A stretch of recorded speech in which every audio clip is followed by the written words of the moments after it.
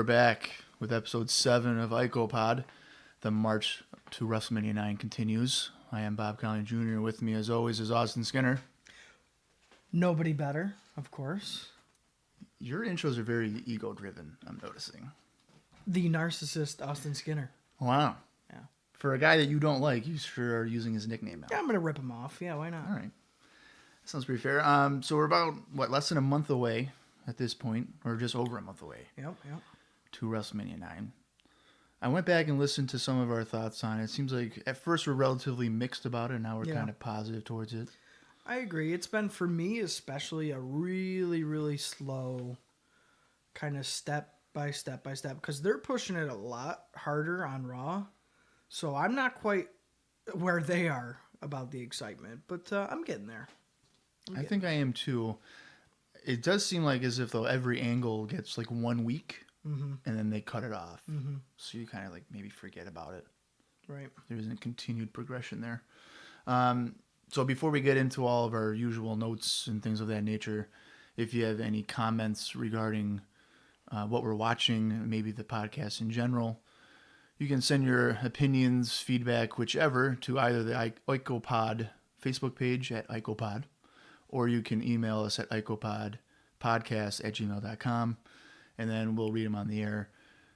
Maybe a good idea would be WrestleMania 9 to see what you guys think of the show as well, but in general. So if you have thoughts on a Raw or Angle, you can just pass them along from there, and we'll discuss it on air or whichever. Right. And we've been getting some pretty cool comments on Facebook from you guys who are listening about listening on your way to work, and even some comments about the product. And we've kind of even talked back and forth from our own personal Facebook. So there's a lot of good interaction online, and we appreciate that. Yeah. And there's been comments of this bringing back memories for people. Right. So we're having fun doing it. Obviously, we don't charge anybody to listen to this, nor would I ever really think about doing that. Right. Because that's not the point of this. So hopefully you guys continue to enjoy listening. Anyway. Let's get into the show. Let's do it. Some notes from maybe the last 6 days, since this is the March 1st episode for Raw. Back on February 15th, remember, that we had a Raw here that had Beefcake DiBiase. Apparently that did a 3.3 rating, which I believe is the highest rated Raw to this point. Yeah, that's pretty good.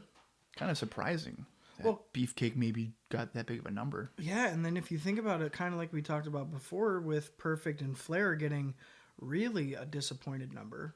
Yeah, 2.6. This is almost, what? A full point. Yeah, a whole point forward. Almost, yeah. Perfect Flair on the January 25th show in a career versus career match got a 2.6. Right. And then by comparison, when Doink and Typhoon were the feature match, got a 3.0. Right. So, I mean, how important was Perfect, I guess, to fans or anything? How popular? Right. Outside of the WWF, though, the USWA in Memphis is doing some really good business as they're having a feud between Randy Savage and Jerry Lawler. So apparently months and weeks prior to this feud taking place, the USWA would be having crowds around 500 or so. And now with this feud going on, it's going up to as high as 3,500. Wow. Do you think maybe we'll see this transition into WWF programming? I would like it to. Do I think it will? Probably not. They might make mention of it between Savage and Lawler maybe heading forward, but I don't think we'll get a showcase piece by any means. Yeah, I don't know if we'll get like a pay-per-view match or anything. Right. But I don't think WWF officials are dumb enough to not recognize something working, even if it's in one territory or state. Yeah. Over in WCW, Johnny B. Bad, who we had mentioned was, I guess, in discussions of jumping ship to the WWF, has in fact re-signed with WCW, so he will not be jumping ship.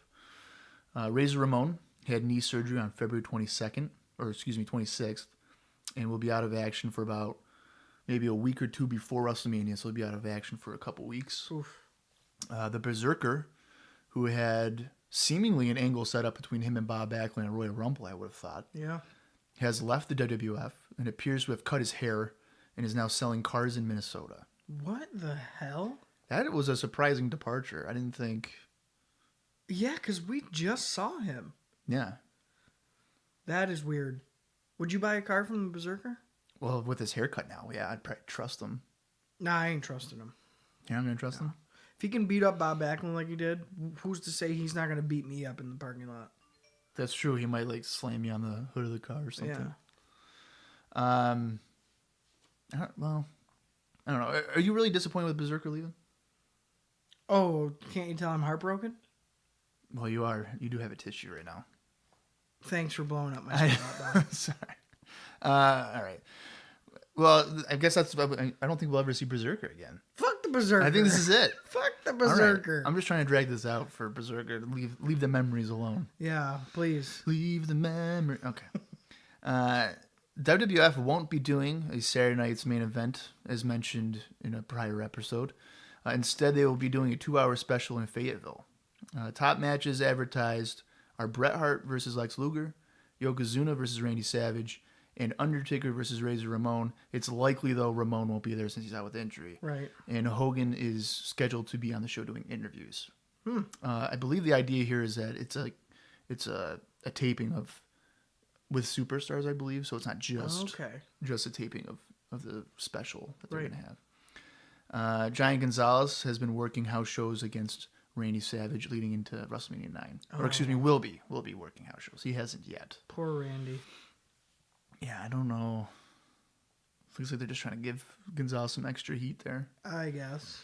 Back to WWF with their television situation in Japan. They've been losing stations over there because Japan, I guess officials or what have you, don't feel like the WWF has any stars.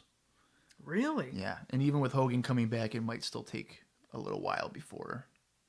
See, now I'm surprised because even though it's a gimmick, Yokozuna is a top, quote-unquote, Japanese superstar, so I'm surprised that they wouldn't heavily feature something like that. Well, I think it's in reference to both like legitimate stars and then actual Japanese stars. Oh, okay. I think that's what in reference there. Oh, all right. And then overseas, the WWF recently had a tour of Europe that went from February 2nd to February 10th, and it saw over 65,000 fans attend, and they earned $1.9 million in ticket sales. So they're doing very well over there. They will be returning in April for 20 shows, and then another return in October. Wow. So they're getting every penny they can. It seems like that's a little over the top there. I agree.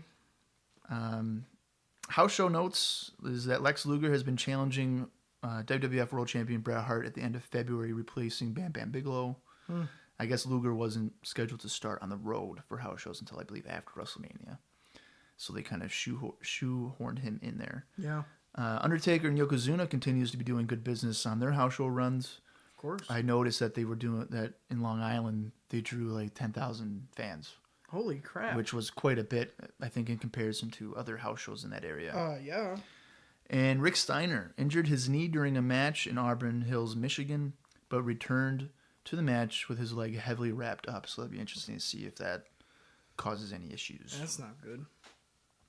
Superstars Wrestling Challenge notes. Both of these notes aren't really that important, but I figured I'd just point them out. On the February 27th edition of Superstars, Jim Duggan's father called in during a Yokozuna squash match and encouraged his son to return to in-ring competition when he's healthy enough to do so.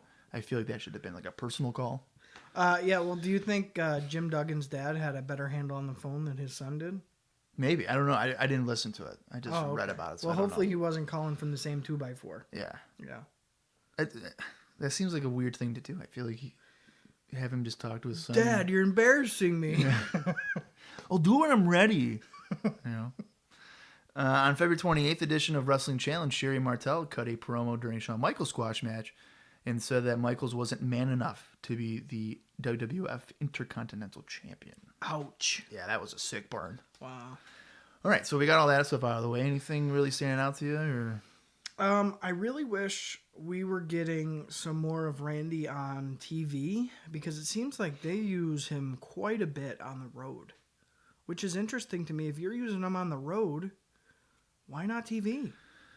I think they do that to get a bigger house. Sell the tickets? Yeah, probably. It makes sense. I mean, I think at this point they're really still a house show driven company. Oh yeah, absolutely. So for that, I totally understand. All right, well, kind of surprised that they're doing Luger Bret already on house shows. Yeah, absolutely. Seems like and a big match. Well, what a test for Luger too. I would have been interested to see how those went. Because I don't know what kind of match Luger and Bret Hart are having on house shows. You know, I was just thinking that. I mean, maybe I don't know. Bret, I don't consider Bret a brawler. No. There's I would say not necessarily a technical wrestler either. Maybe more a borderline high flyer. He's a storyteller. You know. No, I shouldn't say high flyer because he doesn't do He's pretty mat crazy based. moves. Yeah. He's pretty mat based. I'd say technical. Technical's fine. I wonder how many people were like, high flyer? What the? Brian Pillman's a high flyer. Yeah. Well, comparatively, yeah. But Luger's 100% like, I'm going to hit you with forearms and a backbreaker, maybe. Yeah. All right, so this week we got the first episode of Raw in March. It's March 1st, and we are live from the Manhattan Center in Manhattan, New York. And we start off Raw with the WWF World Champion Bret Hart making his entrance, which I believe is the first time, that we've had an actual entrance kick off the show. I might be wrong. I don't remember. I know we've been like in the arena. Yeah. Yeah, well, because lately, like past couple of Raws, they've been kind of getting into the action quicker and quicker. Yeah. But like you said, I think this is the first time it's, okay, right into a match. Here we go. Yeah. Bret's coming out. Get ready. Yep, and there was also times when there would be a quick promo to promote the featured match. So this is, it jumped out at me. I was like, oh, wow, Bret Hart's already here. Mm-hmm. I have it noted here, unfortunately, that Rob Bartlett is acting like he's Elvis. And he even says, I sure do like that Coke, man. I thought about doing an Elvis impersonation, but I didn't want to. Bartlett's impressions are the drizzling shits. Yeah, he's not talented for that. They suck. They suck. So right here, as soon as I realized that this is what we were getting the rest of the show, I was like, oh my God. Because not only do I hate Rob Bartlett, but Rob Bartlett as Elvis, I'm furious. How could you do that to us? Putting us through that for the next 45 minutes, Bob, you better pray for me, and I ain't even religious. I have the same mindset. Yeah. And what makes it even worse is that he's actually dressed like Elvis. Yeah. And what even makes it worse than that is that he's doing this for the first ever Raw World Championship match. Yep. So, really making some important genius idea. Yeah. Yeah, perfect.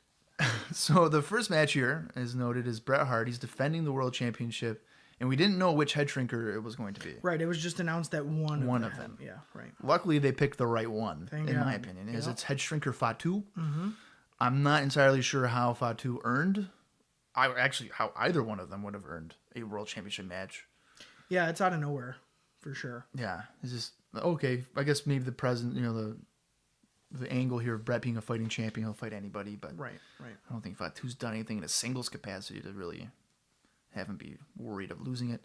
Mm-hmm. I did notice that Bret seems to have a cut on his nose. I had it noted the same thing. As Bartlett continues to make an ass of himself on commentary, you can see they kind of keep going to Bret's face, and he's got like a really weird looking gash or like rash on his nose. It almost looked to me like he got in a cat fight, and it was just like a little gash on his nose. So I don't know. I thought that was weird. They didn't hide it at all. No. I mean, how could you? But they even make mention to it on commentary, which I thought was pretty funny. Yeah, I thought, to me, when I first saw it, I thought it was a rash. Yeah. Like an allergic reaction or something, but it's definitely a cut. Right. Early on, Fatu shows his size advantage by not budging on shoulder blocks and slams Hart. But his offense is rather short-lived. Hart at one point fakes a leg injury running the ropes and nearly wins with a roll-up. Mm-hmm.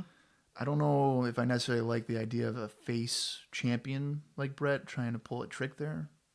Yeah. Kind of shows desperation against a tag team wrestler. I don't know. Right.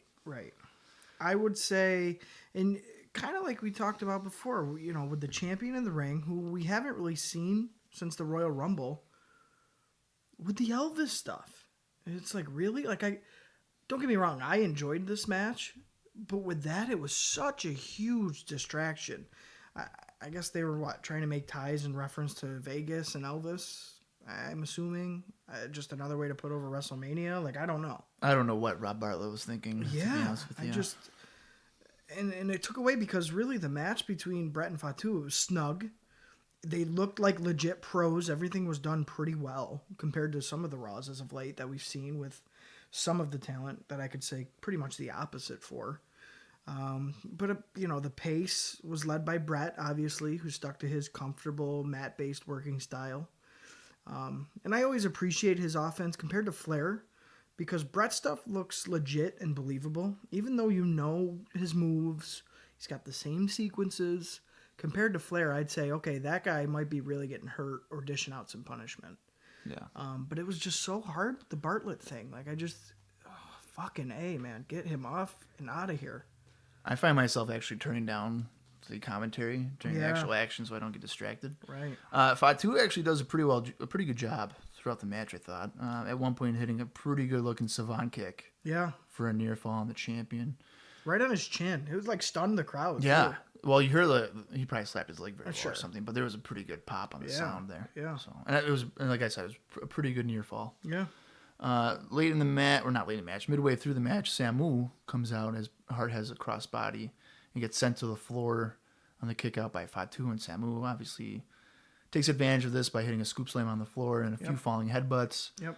And then he also sends Bret face first into the ring steps as we go to commercial. Now, I know we both kind of hate the ideas of commercials in matches, but if you're going to do it, I feel like this is a good thing to do here. I agree. It's not in the middle of a comeback or the finishing sequence or anything like that. So I agree. I also noticed, too, right before this commercial break, I don't know if you saw this, Bob, but there's a lot of pro Yokozuna signs in the crowd. Like I see a bonsai one and like a yosh, he yells yosh all the time. There's like at least 2 or 3 right on the hard camera side. And it's like pro Yokozuna. No, I did not notice that. I don't think I really paid attention to crowd signs and stuff like that, especially during a match. I think I find myself more focused on. I just happened to see it because it was so striking on the hard camera side. And it's like, Yokozuna signs? Really? That kind of took me by surprise. Yeah, and well, I think it's a good idea to have the commercial here because when you go to commercial and you're maybe a young fan or a fan in general, oh, my hero's getting hurt. Yeah. I got to stick around. I don't want, in comparison to him being in control or what have you. I agree. So when you come back from commercial, Fatu still has control, backbreaker, gets a 2 count. I've always liked the pile driver, and Fatu decides, hey, I'll hit Bret with one. Nice one, too. Yeah. It doesn't get the 3 count, though. Pretty basic brawling, or offense, I should say, from Fatu. From there, side slam on Hart, and comes off the top for a diving headbutt for another 2 count. Fatu's offense is very refreshing, and I feel like quality offense. I completely agree. And going back to this, it just looks like there's 2 pros in the ring for once. It doesn't look like amateurs and job guys and goofy gimmicks. It's 2 wrestlers who know what they're doing and have pretty clean offense, which is nice to see for once. I have to notice here, too, I think Bret's nose kind of opened up again at this point in the match. So that was interesting to see because really, again, he's fighting a tag team guy. And here's your champion. He's starting to bleed a little bit. Of course, it's from a previous wound, but still, it shows vulnerability, which I liked against a quote-unquote monster guy like Fatu is. But I have to say, too, that once Bret kind of got into his comeback sequence and he had a superplex on Fatu for the near fall, just getting the 2 count, Bret got up and yelled in the ref's face, Jesus Christ, 2? Like, he was so mad. I thought it was so funny. It's like, he was so mad he couldn't put Fatu away with a superplex, Just imagine if Fatu had any type of momentum or build. Yeah, right. This is just essentially a throwaway match. Right. Heading into it. As you mentioned on his comeback here, Bret gets a bulldog out of the corner. And before Fatu, he had been driven down on the mat and didn't sell it. This time, though, he does. Yeah. So I don't know if I necessarily like that idea. Yeah. Maybe you should just continually not sell it. Right. Instead of picking and choosing when you do it.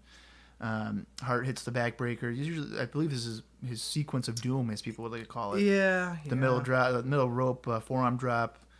He goes for the sharpshooter, but Afa gets on the apron as Hart puts it on. Samu comes in from behind, tries to switch places with Fatu and gets a near fall on Hart. Fatu comes back into the match and hits a falling headbutt. And And then Hart gets a sleeper hold on Fatu moments later and sends Fatu into Samu. Samu gets his head caught in the ropes. Yeah. Which was pretty interesting. And then Hart, I believe, drop kicks Afa. Oh, yeah. Off the pretty apron. good. Yeah. He gives him a pretty good drop kick. And Afa sells it very well. Oh, of course. He takes, I think, a complete back bump on the apron. Yeah. Which is insane. Yeah. Now, do you Great visual, though. Did you like the switching of the places here? Between No, Samu because and they don't Fatu? look alike at all. I would be able to tell which one is which. If I'm a young fan, I don't. Like, I can't tell the difference. Like, if I'm a young kid watching this. So I thought it was an interesting way to do it because it's way overplayed, of course. Like, if you get a tag team who look alike, of course they're going to try and switch places. But I thought it stacked the deck even more against Bret. Not that you need to. But again, that underdog visual of, okay, now they're switching places and he's got a fresh Samu in there every couple of minutes. Like, I like that. I thought it made for a better part of the story. I think it added to it. Well, as a young fan at the time, I knew which one was which. Yeah. I think the way I knew it was Samu was visually significantly older to me than Fatu. Fatu was a little bit taller and thinner too, I think, isn't he? Samu is, Yeah. But that makes sense because by comparison, the Harris brothers, I don't know which one's which. Well, right. I have no idea. Right. Or the Usos even today. It takes me a while during a match to figure out which one is which. Sure.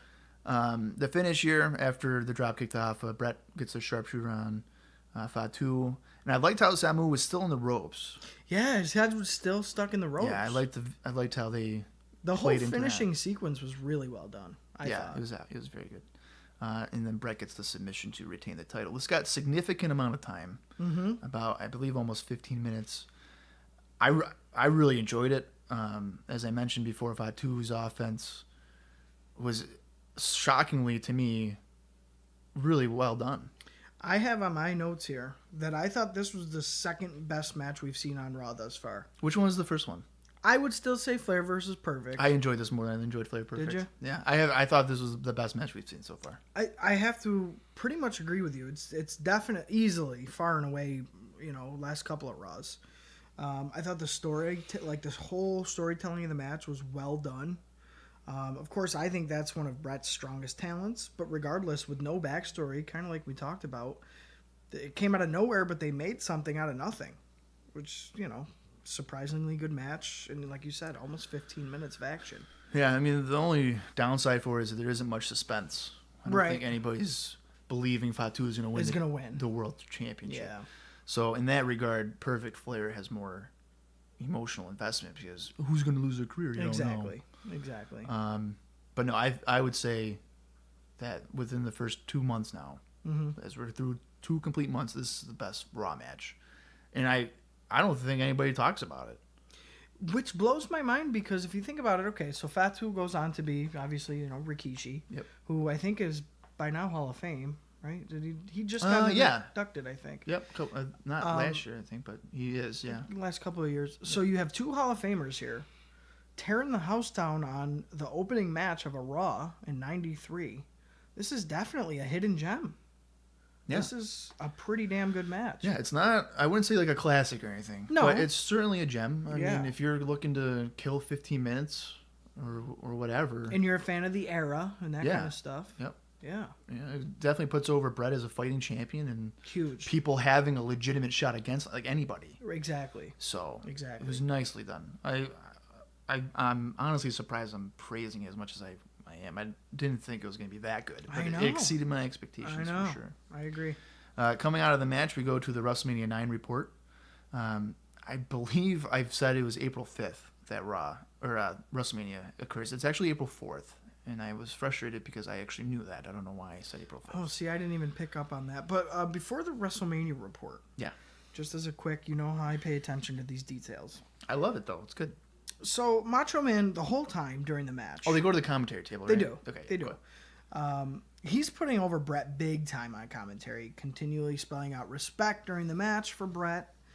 On the flip side, following that, we get a shot of Bartlett shoveling down a hot dog and popcorn. The other 2 commentators are stunned, and Savage just stands up, grabs a handful of the popcorn, and tosses it right in his face without saying anything. So it's like you have these two. So Savage and Vince are doing their best to add to the matches, I think. And Bartlett is just completely ripping that away and just discrediting the entire commentary table, I think. Yeah, you're absolutely right. And I think this is an example of Savage probably being legit frustrated with that. It seemed so, because when he stood up, didn't say anything, grabbed a handful and just kind of tossed it in his face and sat back down without saying anything, it seemed kind of legit. Kind of like a fuck you, dude. Yeah, because you're making a mockery of his profession. Exactly. You know, I think everybody knows Savage is a professional wrestler. It's something that he loved doing. Yes. He was never someone you would hear say, I'm not putting that guy over. Right. So when you have somebody making a mockery of something he's so passionate about. And talking about food the whole match, when you got the WWF champion in the ring, it's like, really? Yep. That's what you're doing with this? So I had to point that out because I thought it was interesting. And like you said, I think it showed a little bit of a real frustration on the part of Randy Savage. For sure. And I would say for that Hart Fatu match, to get maybe a true appreciation for it, maybe mute the commentary. Yeah, you'd almost have to. And just watch it. Yeah, you'd almost have to. Luckily, I think we're only a few episodes away before Bartlett's gone forever. So peace out. Yeah. So as mentioned, the WrestleMania 9 report is next. Mania is on April 5th. Almost said it again, April 4th. They got you saying it. Jeez. No, I mean I had said on here before it's April 5th. Yes. That's incorrect. It's April 4th. April 4th. Mean Gene almost has balls instead of nerve in relation to Ted DiBiase. Oh, I didn't pick up on that either. He was about to say, I can't believe that Ted DiBiase has the nerve. Yeah, and I wish you would have just said balls. Yeah, and I'm pretty sure because there's interaction after this between Gene and the commentary crew. Yeah. So I think it was recorded live. Oh. Because they often did stuff from studio live, and See, these WrestleMania reports, I always just figured that they were filmed weeks ahead of time, and it was just he was thrown to the commentary table afterwards, just as a kind of to make it seem like it was live. But that would be cool if they were doing it live. I think so, because at the end, well, I'll finish this and I'll get to what I was going to talk about. Gene talks about how the Tag Team Champions Money Incorporated will in fact be defending the titles against the Mega Maniacs, Brutus Beefcake, and Hulk Hogan. Yep. Money Incorporated has actually issued the challenge. Right. I like that touch. I agree. To show that they're not afraid of Beefcake and Hogan. They don't care. They're going to win the titles regardless. Yeah. It's like, we'll take you on at WrestleMania, sure. Yep. I was expecting maybe a promo from them here, but we didn't get one. Yep. So we get a rundown of the matches. Again, Gonzalez, Taker, Shawn Michaels, and Tatanka for the Intercontinental title. Luger Perfect, which has gotten no promotion. I know, and it's already announced as a match. It's been announced a match almost from the beginning. A couple weeks. Yeah, but there hasn't been any brawling or nothing. Blows my mind. And of course, world champion Bret Hart defending against Yokozuna. Yep. Now, what makes me think this is live is because at the end, I don't have it noted on here, but I almost remember that Gene has a conversation with McMahon. So I don't think it would be taped, let's say 2 weeks ago, and then have something planned on a live show that far ahead. To me, it seems weird. No, I could see that. And again, I wasn't sure if this was a live Raw or not, but I just figured since it was a backstage studio thing that it was pre-taped. Yeah. But that's pretty interesting that it was probably live. Yeah, that's why I think the whole ball thing, like ball nerve. That's pretty funny. Yeah. So we go from obviously go back to commentary and they talk for a bit or whatever, and then they go live to Hawaii. We're Kona Crush, my boy, my other boy next to Tatanka. Well, what about what was announced? You skipped right over it. What's announced? Next up, Doink versus Coco. Before they go to Crush? Yeah. Oh. Yeah, and then Bartlett goes, "Oh, I love that clown." Macho goes, "Well, I don't." I love that Savage is like scared of Doink and just really doesn't like him. Maybe he has a thing for clowns. I like it. That's funny. But yeah, that was before the package. They announced that. Oh, all right. Yeah. I guess that would make sense to lead into Crush. Right. So Crush, I noticed, is sporting a significant sunburn. Oh my God, it was terrible. Yeah, his chest and shoulders are burnt. It's like the first day he's at the beach. Yeah. He looks like chubby. His trunks are not very flattering. They're like a tight trunk. Yeah, it looks like this dude don't live in Hawaii. No. You know what I mean? I totally agree. I picked up on that immediately. Yeah, this thought was pretty funny. They talk. I guess Crush is sorry to hear about the winter weather in New York while he's loving Hawaii. Yeah. Clearly, he doesn't know sunscreen or anything. Right. Crush will in fact be wrestling Doink at WrestleMania, which I believe has been announced for weeks.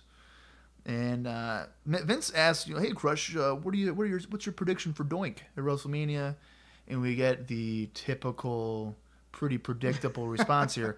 Crush grabs a coconut. Convenient. It just happens to be on the on the sand. beach. Yeah, no big deal. And he grabs a coconut and breaks it open with his hands. With the Kona of Ice, his finishing move.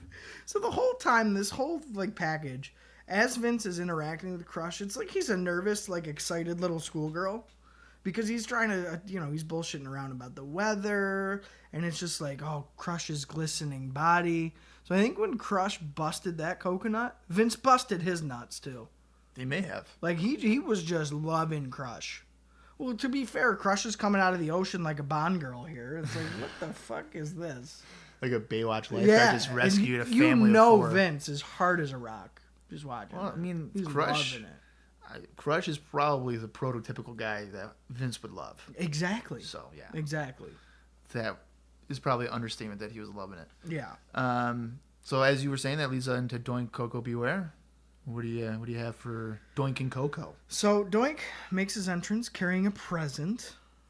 While people try to touch him from the crowd, he nonchalantly squirted some of the flour from his the water from his jacket, and just how the effortless get away from me. He's squirting him with the flour. I love that. I was just so comfortable with Matt Bourne already that he's just fallen into the role so well. Yeah, so well.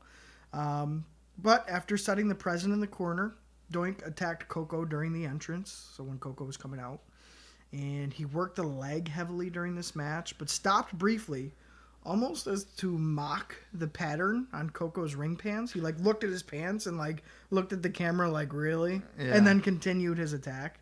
So I thought that it's just the subtlety of Matt Bourne is so good, so good. Doink picks up the win here. It was a rather uneventful match.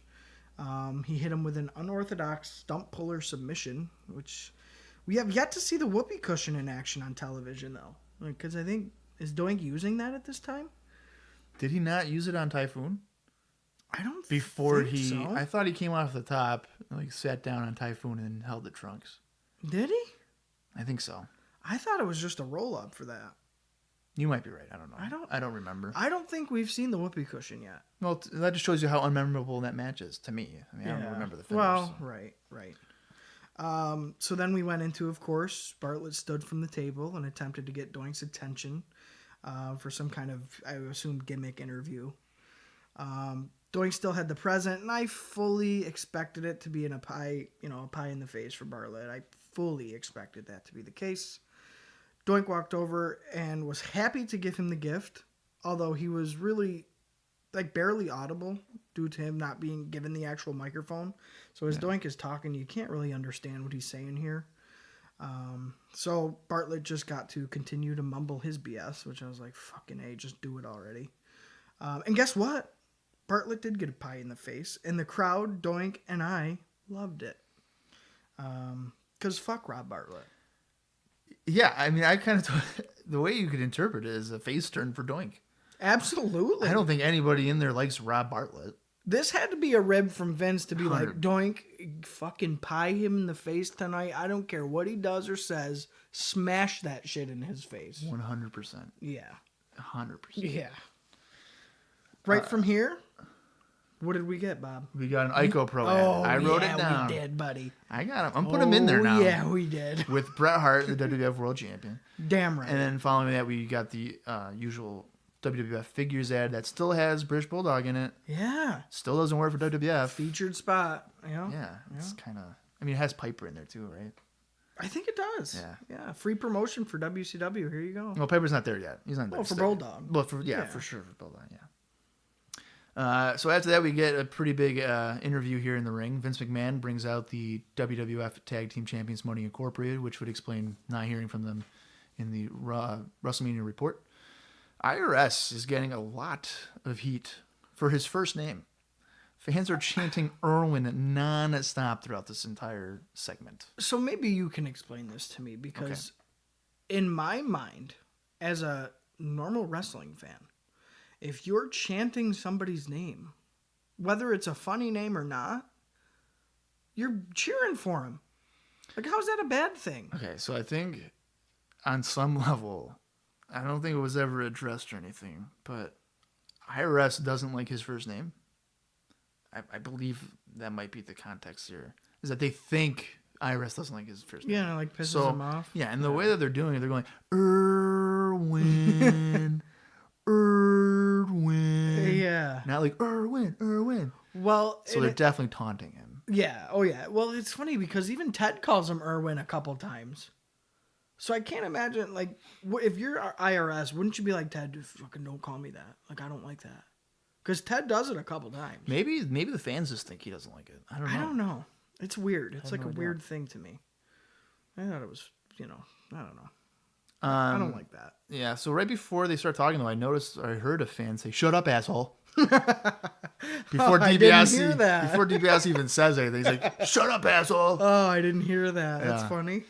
A good portion of the promo here, probably a few minutes at least, is DiBiase talking about an article in the paper about, I believe a guy named James Robinson. Yeah, American Express guy. Yeah, American Express guy. And DiBiase talks about the poor guy only getting $730,000 a year for like a severance pay or whatever, or retirement plan, and then $1.1 million as well, in a large sum. Yeah.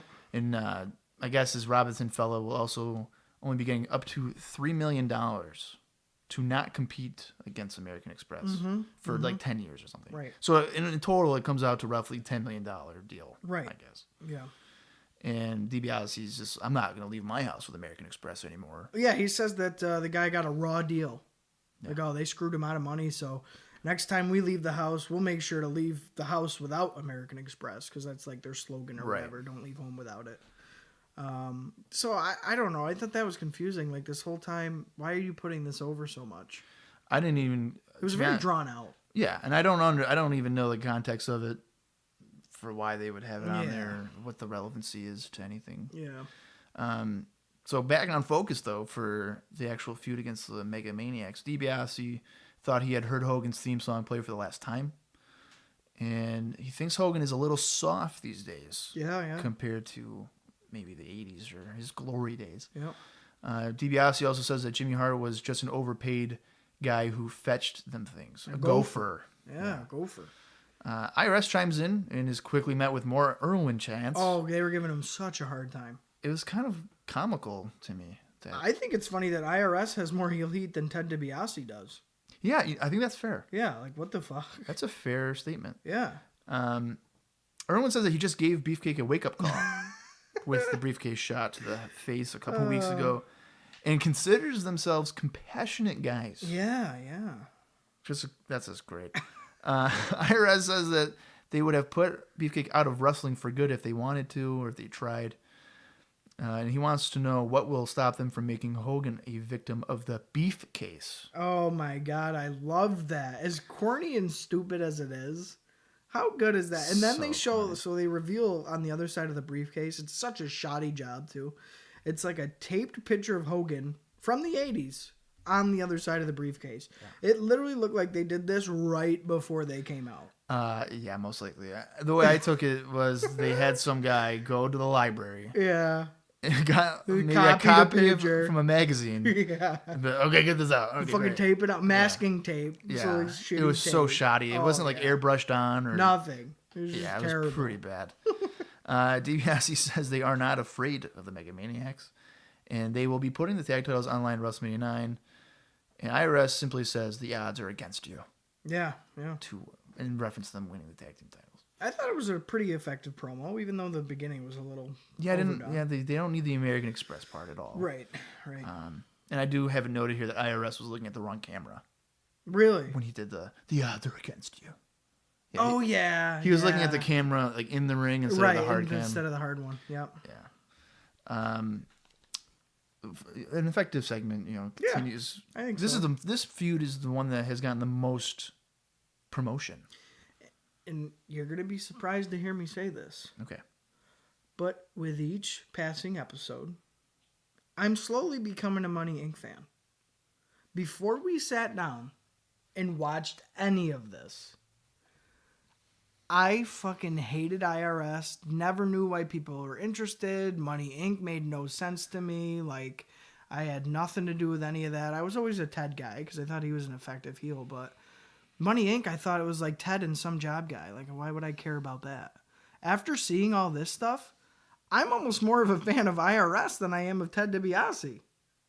It's crazy. He's slowly, like I said, every week, he's slowly making me a fan of Money Inc. I just did like a little dance because Money Incorporated is one of my favorite tag teams ever. I didn't put over your dance, though. I know you didn't. So I just want to point out now. So going into this, you didn't like Money Incorporated, right, which is a team I like. And now you're kind of getting there. I'm getting there. So now I just need to get Tatanka, Crush. Who else? Luger. Oh, God. Good luck, man. I got to get you to like those guys. Just take this battle and just cut your losses. Just like with Jimmy Hart and Money Inc. Cut your losses. So like out of the 4, just take the one. Yeah, just take 25%. Yeah. Get out. Yeah. I might. Right. I might still try though. Who knows? So out of that we got a WrestleMania 9 ad promoting the show, and I noticed though that they used footage from SummerSlam, and I think it was from SummerSlam '92. Yeah, these WrestleMania hype packages literally do nothing for me. If anything, they make me more annoyed that WrestleMania is around the corner. So they just drive it home so much. So much. It comes across as if it's like pandering, like, please buy tickets. Exactly. Please keep watching these hype packages. Please buy tickets. It's complete desperation. Like, please. We know you want to watch it. You watched it before. I know. Remember when it was good? Yeah, look. Remember when we had really big stars? Right. Okay. Yeah. See you on April 4th. I'm so fed up with that. Yeah, I can see how that can be annoying. We go to the ring where there's 2 overweight ring girls in the ring for whatever reason. They're just showing off signs, which is a normal, seemingly transition to the narcissist Lex Luger. He is competing in singles action tonight, and he takes on PJ Walker, who would eventually be known as Just Incredible in ECW. You just ruined it. Oh, sorry.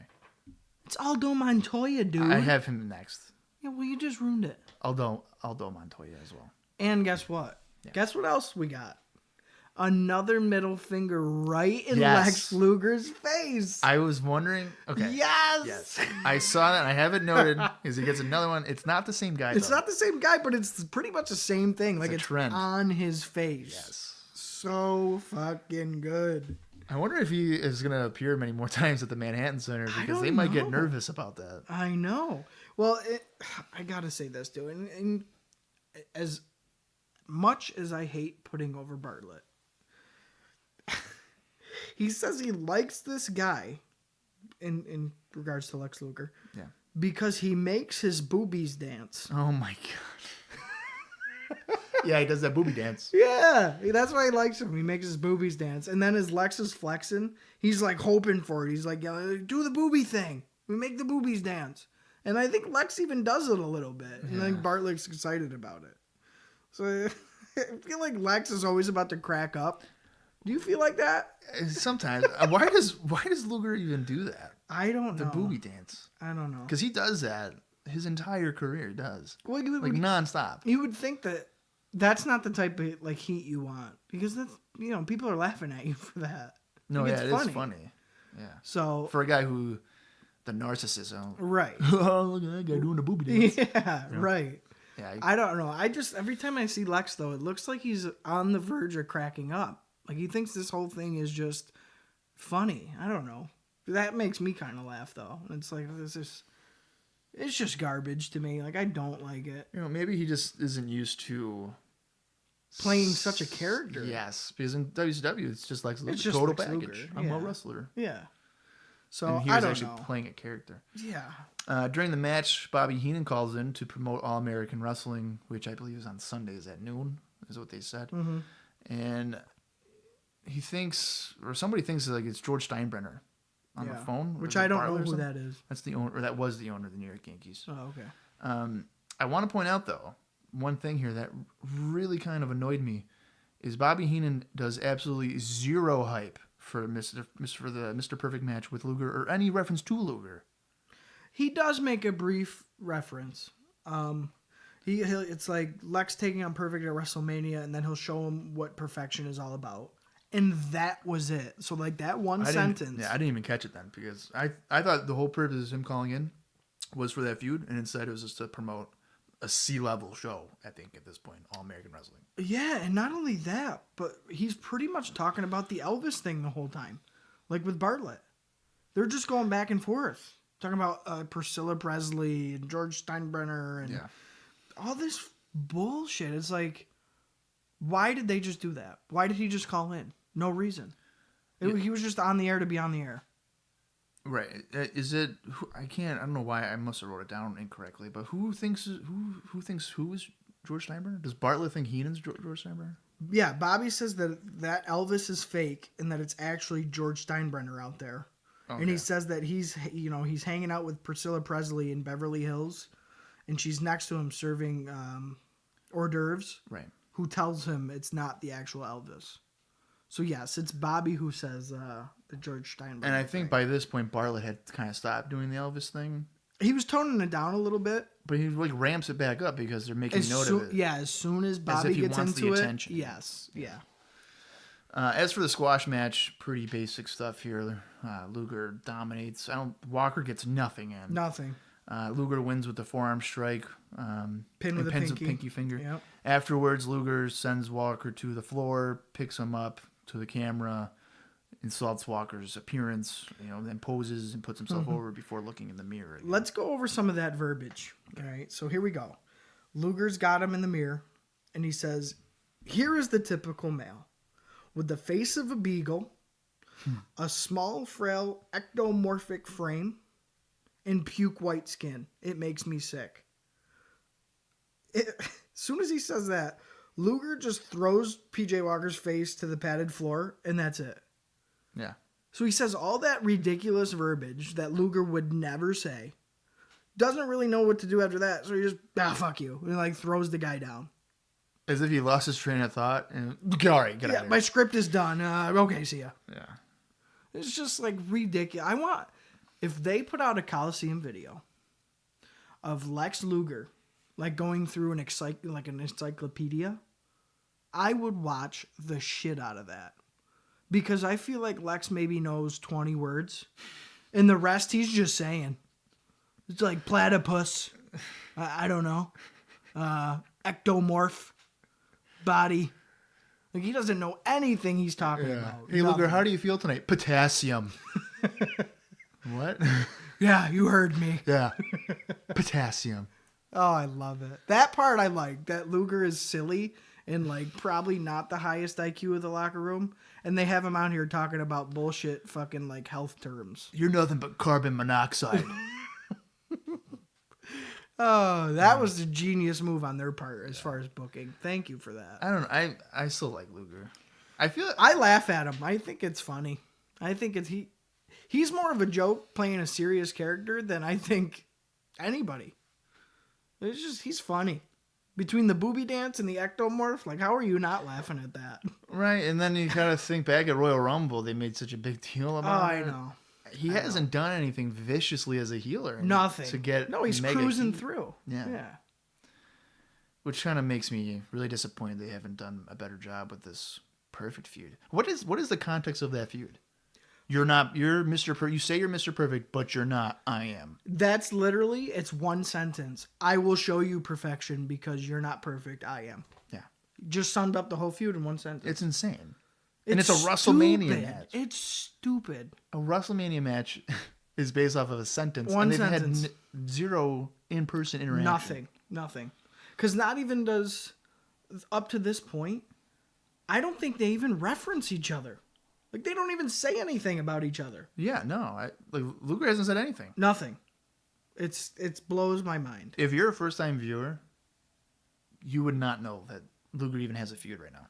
You would think you missed out on months of television. How did this feud start? Yeah. Did I miss something here? Yeah. It's crazy. Oh, Luger must have been here for a year or something. Right. Oh, he's been here since January. Right. Oh, okay. And he has nothing going on. Nothing. All right. Yeah. This is annoying. Vince McMahon hypes up the Steiner brothers as being Rob and Scott coming up next. Oh my God, I love that you pointed that out, because if you didn't, I definitely was going to. Yeah. And I hope the Steiner brothers heard about that and were pissed. Like, you're pushing us as a main tag team. You don't even know our names. Fuck our names up. Yeah. Rob. Well, to be fair, Rob is Rick's actual first name. Well, still. I'm just saying. Still. But yes, and it actually happens again later on, but not from Vince. I just want to point out. So I guess technically the main event tonight would be the Steiner brothers against Barry Hardy and Dwayne Gill. One ugly bastard, Dwayne Gill, I'll tell you that. Maybe my Holy favorite shit. jobber tag team, and don't you ever talk about Dwayne Gill like that ever again. As per usual, Steiner brothers have virtually no problem destroying these guys this week. I didn't even write down what they did because it's just the same stuff, entertaining stuff. Do you have anything other than... I do. I wrote some stuff down about this because, I mean, like you said, it's more or less the same thing we keep getting. But Scott started off by absolutely whooping Barry's ass. Stiff clotheslines, a belly-to-belly. Rick gets in, picks up right where Scott left off, ramming Barry's nuts into the top turnbuckle from one side of the ring to the other. Dwayne Gill was in next to get brutalized by Scott Steiner. He wrapped up the match with another Frankensteiner, not as smooth as the last one, but still pretty smooth nonetheless. And then Rick kicking Gill's legs away from the ropes so he couldn't get the rope break. Another decent showing here for the Steiners. We've seen more impressive squashes, I thought. And I'm beginning to long for an actual match out of these guys, because this is like my appetite has already been whetted. You don't need to keep wetting it. Like, now I want some actual substance. Like, I'm ready for that.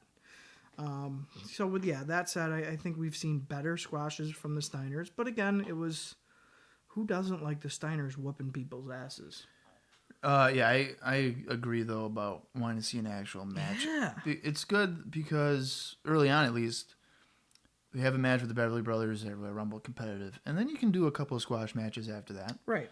But now we're going on almost a whole month. Yeah, exclusively. Yeah, that's all we've gotten. They haven't wrestled any other notable tag teams. Yeah. So for sure, I can see how you're saying, why not have a 10-minute match against the team or a 6-minute match? I want something of substance. I can sink my teeth in and be like, yes, finally, the Steiners. Yeah, I mean, I don't think I'll not be ever entertained by what they're doing, but at some point, I'll be. You're ready. Yeah, I'll be thinking to myself, yeah, this is great and all, but can they fight Money Incorporated or somebody now? Right. Yeah. Okay. Cool. There's only so many times you can drop, Dwayne Gill on his head. Yeah. Right. Okay. Right. I don't know if you noted, but Scott won the match with the Frankensteiner. Yep. Which got a pretty good reaction from the crowd. Like, they popped. Well, yeah. Like I said, it wasn't as smooth as some of the other Frankensteiners he's done, but it was still, pretty damn good and pretty damn impressive for a guy Scott Steiner's size. Yeah. It's pretty crazy to see when he does that. Yeah, Scott. There's so many things that they could have done with Scott Steiner. I know. In this era. I know. Following that, we get a WWF Mania ad. You still liking it? Because I know you love that ad. So. Not anymore. Is it a anymore. different ad? I feel like it was different than before. I didn't know. I think in the next Raw, maybe it's a different one. But either way, it's just like the same, like the WrestleMania thing. They're promoting so much of these couple of things that it's just, I'm getting so sick of seeing it all the time. So I'm going to point out though right now, because I don't know how often they in the future will promote Mania, but I looked it up. How long do you think Mania was on TV for? A year? Yeah, it ended in 94. Yeah, I could see that. Well, because to me it feels like a 2-year run. Well, it seems like a Saturday morning cartoon gimmick. Like, okay, Saturday morning cartoon, Saturday morning wrestling. Here you go. Yeah. It seems very kid oriented. To me anyway. I don't know, like targeted to younger kids. Oh, well, for sure. I mean, it was on Saturdays at 10, right? Yeah. So. Right. So I think in that case there's going to be not much lasting power as it is. Well, I just thought it was interesting because they put so much promotion into it. Well, and then to be over by 94, so a 2-year run. Right. It's kind of surprising. They probably figured the writing's on the wall. They probably just forgot about it. Yeah. Whatever. Yeah. And then to close out the show, they kind of promote here a little bit of what we'll be seeing next week. And it's one of the matches that I told you about before, which was always on a Coliseum video release. So it's great that we'll see it on Raw. The WWF Tag Team Champions Money Incorporated, who are getting a lot of airtime now. Oh, yeah, a ton. They will be taking on their fierce rivals, Tito Santana and Virgil. Yep. And then also on the show, Mr. Perfect will be in singles action against Rick Martel. Yeah. And Vince even says Elvis might be invited back, which I'm thinking, fuck, no. Well, yeah, I mean, so next week will be taped. Right. Is Rob going to change his outfit? That's what I was worried about. So that could be in reference to, hey. That's what I was worried about. But as the show fades to black, Savage threw the entire bucket of popcorn into Rob Bartlett's face. Good. So I'm telling you, I wonder if him and Savage got along. I don't know. I bet you Savage didn't respect him at all. Like, fuck that guy. Yeah, I don't think Rob Bartlett was somebody that Savage would want to hang out with. Never. Yeah. He probably was more or less embarrassed to share the commentary table with him, I would think. Well, it's funny that you mentioned that because before we were talking about, does Savage even really want to be on the commentary team? Right. And I was listening to Bruce Pritchard's podcast the other day. Okay. I think it was in reference to WrestleMania 9. But the Shawn Michaels episode, I think they just did. Yeah. Yeah, it might have been that one. Yeah. I don't really listen to a lot of podcasts, and if I do, I'll just listen to brief clips. So this must have been one of the clips I listened to. But I think they were talking about Randy Savage at the time, and Pritchard said that they were given the impression that Savage didn't want to travel anymore and be on the road. Yeah. So it's interesting that Savage is so vocal about wanting to do these things, and then he's telling them, I want to retire.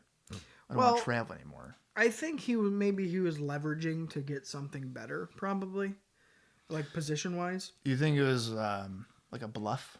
I think so. And they're just like, well, let's put you on commentary then. I think so. And we'll use you for house shows. Well, because there's flashing moments for Savage on commentary where I feel like he is passionate about what he's doing, and he does kind of enjoy it. But like we've discussed before, Randy Savage wants to be in the ring. He does.